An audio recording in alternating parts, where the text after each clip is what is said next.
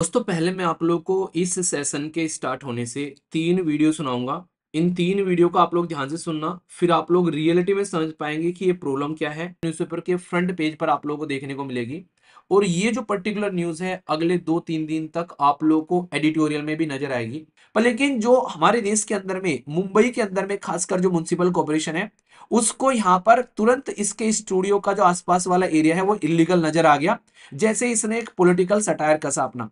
तो यानी कि अगर आप लोग को वो चीजें इलीगल लग रही थी तो पहले से इलीगल क्यों नहीं लगती यहाँ पर। हमारे संविधान के अंदर में ऑलरेडी बोला गया है जो फंडामेंटल राइट है, हमारे मूल अधिकार हैं, वो पार्ट 3 में है संविधान के। यानी कि हमारा कॉन्स्टिट्यूशन, हमारा संविधान हमको खुद कहता है कि हम लोग freedom of speech and expression provide कराते हैं आप लोग को। ये मेल देखकर मैं सरप्राइज हो गया। ये जो मेल है एक वीडियो थी जिसके ऊपर में रिस्ट्रिक्शन डाली गई थी। दोस्तों पहले मैं आप लोग को इस सेशन के स्टार्ट होने से 3 वीडियो सुनाऊंगा। इन 3 वीडियो को आप लोग ध्यान से सुनना, फिर आप लोग रियलिटी में समझ पाएंगे कि ये प्रॉब्लम क्या है जिसको लेकर इतनी कंट्रोवर्सी हो रखी है। तो एक एक पॉइंट फिर आप लोगों के माइंड में जो है वो क्लियर होता हुआ नजर आएगा। तो पहले आप लोग ये वीडियो सुनिए।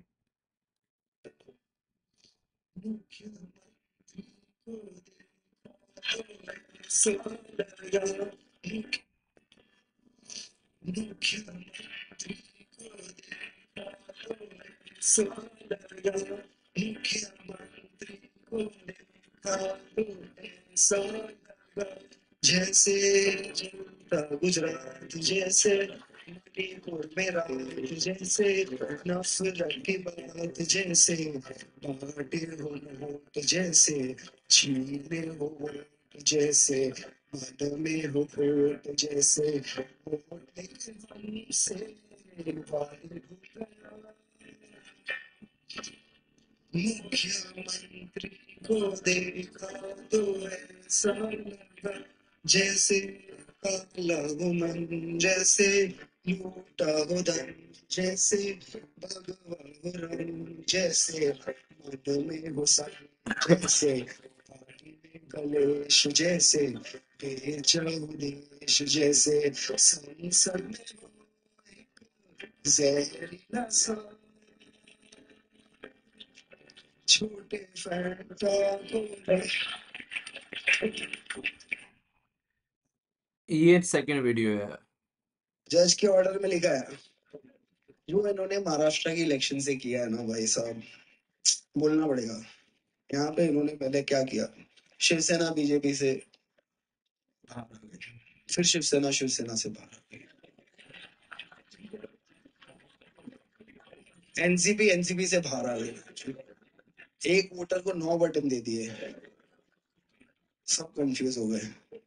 चालू एक जन ने किया था, वो मुंबई में एक बहुत बढ़िया डिस्ट्रिक्ट है थाने, वहां से आते हैं। थाने की रिक्शा, चेहरे पे दाढ़ी, आंखों में चश्मा,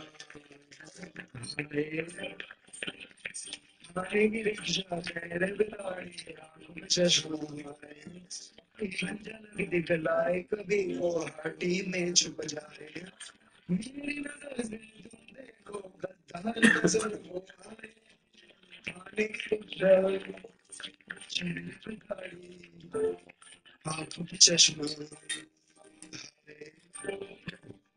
मंत्री नहीं हो दर है और क्या जाए, जिस थाली में खाए उसमें ही वो छेद कर जाए, मंत्रालय से ज्यादा फडणवीस की गोदी में मिल जाए, तीर कमान मिला है इसको बाप मेरा ये चाहे, थाने की रिक्शा, चेहरे पे दाढ़ी, आंखों पे चश्मा, हाय।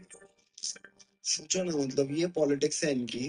परिवारवाद खत्म करना था, किसी का बाप चुरा लिया भाई। इसके बाद की जो वीडियो आती है वो है ये यहाँ पर, जिसमें दिखाया गया है कि जो कुणाल कामरा है उसका पूरा का पूरा स्टूडियो जो है वो तोड़ दिया गया है। ये आप लोगों को देखने को मिल रहा है। ये पर्टिकुलर जो न्यूज़ है ये आज ही के द हिंदू न्यूज़पेपर के फ्रंट पेज पर आप लोगों को देखने को मिलेगी। और ये जो पर्टिकुलर न्यूज़ है अगले 2-3 दिन तक आप लोगों को एडिटोरियल में भी नजर आएगी। अब मैं पूरा का पूरा मुद्दा आप लोगों को यहाँ पर बताता हूँ। ये जो इंसान है, इस इंसान का नाम है कुणाल कामरा।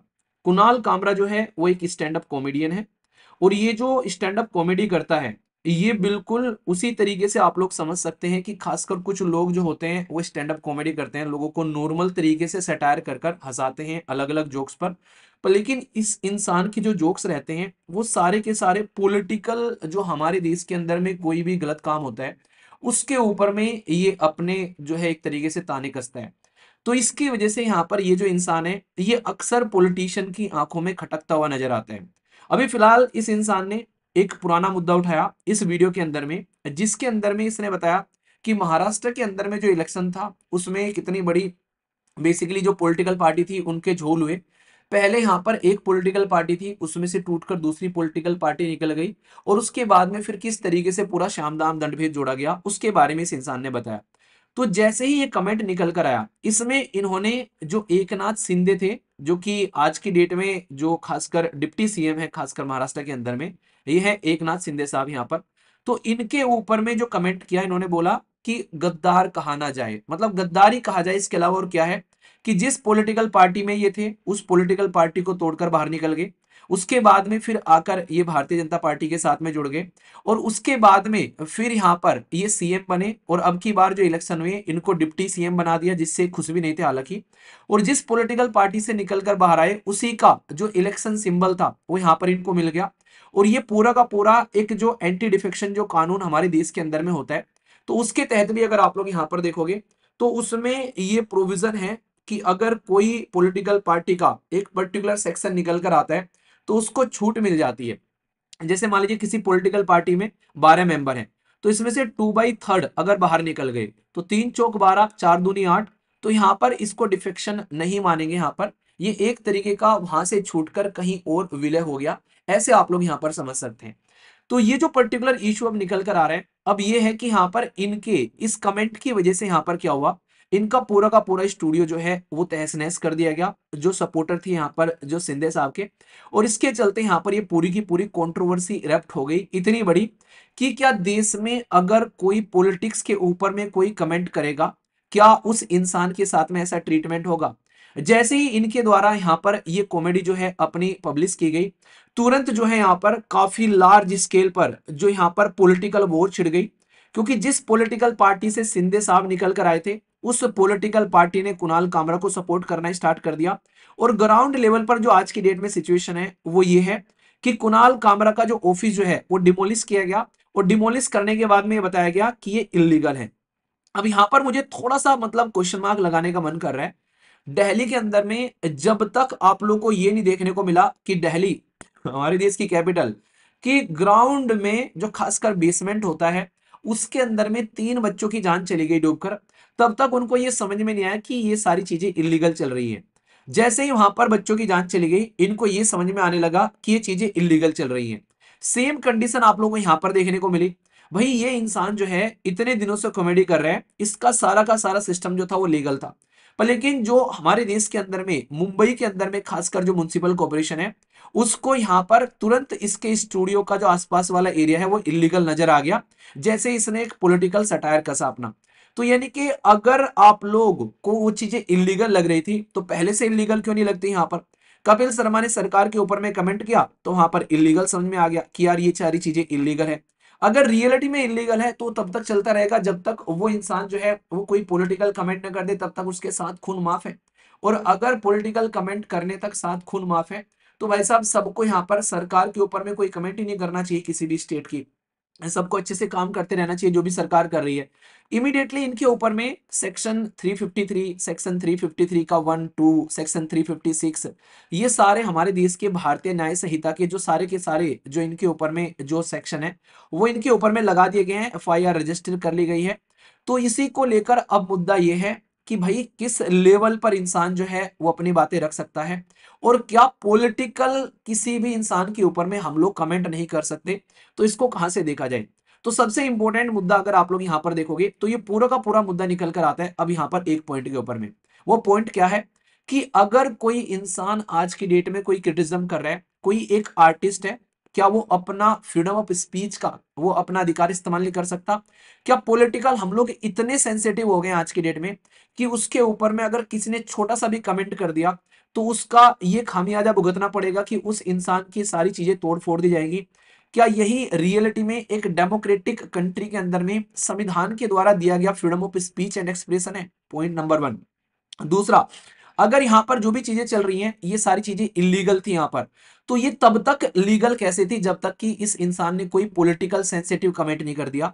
जैसे ही पॉलिटिकल सेंसिटिव कमेंट आ गया, ये सारी की सारी चीजें डिमोलिश कर दी जा रही है, ये सारी की सारी चीजें इलीगल हो जा रही है। तो फिर कैसे यहां पर freedom of speech and expression बच जाता है यहां पर?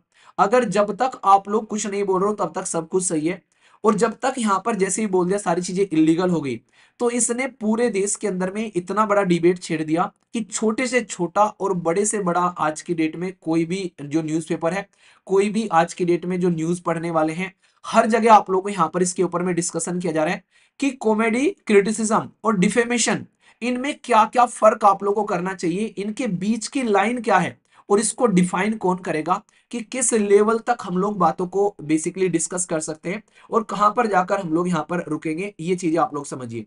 तो ये बहुत ही बड़ा मुद्दा आप लोग के सामने यहाँ पर निकल कर आ रहा है, तो इस पर्टिकुलर एपिसोड से ही निकल कर आता है। कई सारे लोग जो हैं इसको कंपेयर कर रहे हैं यहाँ पर, खासकर समय रैना वाले केस के साथ में। समय रैना वाला केस जो है वो सोसाइटी में एक तरीके का जो खासकर पेरेंट्स को लेकर जो एक रिस्पेक्ट है उसको डिग्रेड कर रहा था। इसका उससे दूर दूर तक कोई रिलेशन नहीं है। हाँ, पर लेकिन फ्रीडम ऑफ स्पीच वाला एंगल जो है वो आप लोगों को यहाँ पर साफ साफ देखने को मिलेगा। रीजन क्या है कि हमारे संविधान के अंदर में ऑलरेडी बोला गया है जो फंडामेंटल राइट है, हमारे मूल अधिकार हैं, वो पार्ट थर्ड में है संविधान के। यानी कि हमारा कॉन्स्टिट्यूशन, हमारा संविधान हमको खुद कहता है कि हम लोग freedom of speech and expression provide कराते हैं आप लोग को, आर्टिकल 19 के फर्स्ट के अंदर में। पर लेकिन वो ये भी कहता है साथ साथ में कि भाई हम लोग कुछ रिस्ट्रिक्शन भी लगाएंगे। पर लेकिन वो रिस्ट्रिक्शन कैसी है कि भाई साहब हम लोग कुछ यहाँ पर लॉ एंड ऑर्डर को खराब ना कर दें, देश की सद्भावना को ठेस न पहुंचा दे, किसी के साथ में इंटरनेशनल रिलेशन को खराब ना कर दे, तो उन सारी चीजों को लेकर है। अगर हमारे द्वारा जो चूज किए गए जो रिप्रेजेंटेटिव हैं, जिनको हम लोग मेंबर ऑफ पार्लियामेंट बोलते हैं और जिनको हम लोग आज के डेट में मेंबर ऑफ लेजिस्लेटिव असेंबली यानी कि विधायक और सांसद बोलते हैं, क्या इन लोगों के ऊपर हम लोग कोई बात भी नहीं कर सकते हैं? क्या हम लोग को इतनी भी आजादी नहीं है कि जो हमारे खुद के रिप्रेजेंटेटिव हैं, जो रियलिटी में हम ही को रिप्रेजेंट कर रहे हैं, क्या हम लोग उनके ऊपर में कोई कमेंट भी नहीं कर सकते? तो इसका मतलब तो वो हमारे रिप्रेजेंटेटिव रह ही नहीं रहे। भाई घर में अगर कोई इंसान काम कर रहा है, हम उसको मंथली सैलरी दे रहे हैं, हम उससे ये भी नहीं पूछ सकते कि तू सही काम कर रहा है, गलत काम कर रहा है, तो भाई वो तो हमारा मालिक हो गया फिर एक तरीके से। तो ये जनता के रिप्रेजेंटेटिव है और नॉर्मल भाषा में कई बार जनता के नौकर भी बोल देते हैं, क्योंकि तुम जनता के बिहाफ में वहां पर बैठे हो, क्योंकि जनता ने चुन के तुमको वहां पर भेजा है। तो क्या हम इतनी सी बात भी नहीं रख सकते? हाँ, कुछ अगर वर्ड गलत इस्तेमाल किया जा रहा है, गद्दार शब्द इस्तेमाल किया जा रहा है, पर लेकिन गद्दार शब्द जो है वो तो पता नहीं कहाँ का इस्तेमाल होता है, गद्दार नाम की तो मूवी तक बनी हुई है। तो उसके उसके एवज में अगर रियलिटी में अगर गद्दार बोलना गलत है देश के अंदर में, तो भाई वो कानून उठाकर लेकर आओ, हमारे देश के अंदर में जो कानून बना हुआ है उस कानून के हिसाब से इस इंसान को जो है पकड़ो, इंसान को सजा सुनाओ, इसको कोर्ट में लेकर जाओ कि ये बोलना अगर गलत है तो कौन से कानून में लिखा हुआ है, तो उस कानून के हिसाब से इस इंसान को पकड़ो। ये क्या तरीका है कि तुम जाकर उस इंसान का सारा सिस्टम तोड़ दोगे, तुम उसका पूरा वो करके मतलब तहस नहस करके और फिर उसी के खिलाफ जाकर तुम एफआईआर दर्ज कर रहे हो।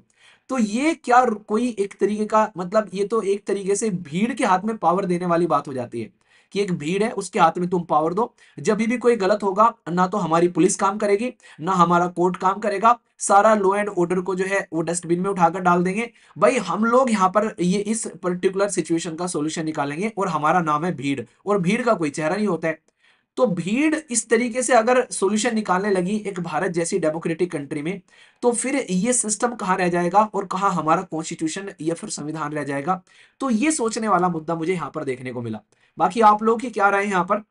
आप लोग इस मुद्दे को कैसे देखते हैं कि भाई साहब हम लोग को किस तरीके से यहाँ पर चीजों को लेकर चलना चाहिए? तो ये आज की सबसे एक ऐसी न्यूज है, पर्सनली मुझे लग रहा था कि हम, मैंने कहा इसको एक तरीके से ये एक ऐसा मुद्दा बनेगा जिसकी कुछ हद नहीं है, और बन गया है रियलिटी में, क्योंकि जो चीज एक बार पॉलिटिक्स के हाथ में पड़ गई फिर वो अलग ही कहानी आप लोगों को रचती हुई यहाँ पर नजर आती है। तो आप लोगों को क्या याद रखना है? आप लोगों को यहाँ पर याद रखना है फिलहाल के टाइम पे freedom of speech and expression politically कितने सेंसिटिव है हम, वो चीजें यहाँ पर आप लोगों से बेसिकली आप लोग जब किसी चीज को एक कंक्लूड करते हैं तो ये कंक्लूजन एक काफी अच्छे कंक्लूजन की कैटेगरी में आता है कि पॉलिटिकली कितने इनसेंसिटिव होते जा रहे हैं हम लोग, कि किस तरीके से चीजों को हम लोग लेकर चल रहे हैं। ठीक है, तो ये पूरा का पूरा मुद्दा आशा करता हूं कि आप लोग के माइंड में क्लैरिटी के साथ में आ गया होगा। अब आगे से इसके ऊपर में जो भी आर्टिकल्स आएंगे वो सारी चीजें आप लोगों को समझ में आएगी, कुछ भी डाउट आप लोगों को नहीं रहेगा कि समाज के अंदर में चल क्या रहा है, तो आप लोग उसको एक क्लैरिटी के साथ में अंडरस्टैंड कर पाओगे। ठीक है, आशा करता हूं कि माइंड में क्लैरिटी आ गई होगी। ये ये पर्टिकुलर मुझे बेसिकली मेल आता है आज सुबह लगभग 3 बजे के करीब ये मेल था।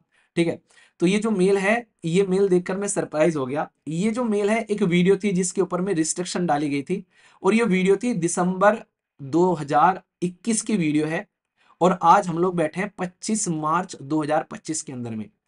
तो ये जो वीडियो थी, ये वीडियो के ऊपर में रिस्ट्रिक्शन लगाई गई थी यूट्यूब के द्वारा। ठीक है, और इसको इसको एनालिसिस करना था कि ये वीडियो सही है या फिर ये वीडियो गलत है। तो ये वीडियो एनालिसिस करने में इस यूट्यूब को 4 साल लग गए, और आज ये एनालिसिस कर रहा है कि your video is suitable for all the advertiser, यानी कि ये वीडियो सही है, इसमें कुछ भी गलत नहीं है। तो ये हरकतें आप लोगों को यहाँ पर देखने को मिलती हैं जब अनवांटेड तरीके से चैनल के ऊपर में कई सारी स्ट्राइक डाली गई गलत तरीके से यहाँ पर। फिर मैंने उन स्ट्राइक के खिलाफ जब बेसिकली एक तरीके से अपोजिट काउंटर फाइल किया, तो भाई साहब उनको सबको रिजेक्ट कर दिया गया। तो दुनिया भर की स्ट्राइक चैनल के ऊपर में डाली गई, साथ ही साथ में दुनिया भर की वीडियो जो है वो चैनल की रिपोर्ट की गई। तो इस तरीके की आप लोगों को चीजें देखने को मिलेगी। तो चैनल जो है वो कहीं ना कहीं इतने सदमे में है जिसकी कुछ हद नहीं है, जिसके चलते आप लोगों को इशू ये देखने को मिलता है। बहुत सारे बच्चे कहते हैं सर हमारे पास में नोटिफिकेशन नहीं आता है, हमको वीडियो सजेशन में नहीं आती है। कहाँ से आएगी? चैनल की ऐसी की तैसी कर रखी है, बहुत सारी ऐसी ऐसी मतलब चीजें हैं चैनल के ऊपर में जिसकी कुछ हद नहीं है। मैं कभी डिस्कस नहीं करता हूँ आप लोगों से, मैंने कहा करते रहो जिसको जो करना है, अपना काम है पढ़ाना, हम पढ़ा के निकलते रहेंगे। आप बस एक छोटा सा काम किया करो, अपना फीडबैक दे दिया करो, जिससे कि यूट्यूब को पता चलता रहे कि भाई सही चल रही है, कोई गलत काम नहीं है यहाँ पर ये। ठीक है, तो सोच के देखो 2021 की वीडियो, आज ये कह रहे हैं कि ये वीडियो सही है। ठीक है इससे अच्छी तो हमारी पॉलिटिकल पार्टी है, उससे जल्दी तो वो काम कर देती है। ये तो यूट्यूब उससे भी पीछे चला गया। चलिए कोई नहीं, आगे बढ़ते हैं। ठीक है, अच्छे से एंजॉय करिए चीजों को।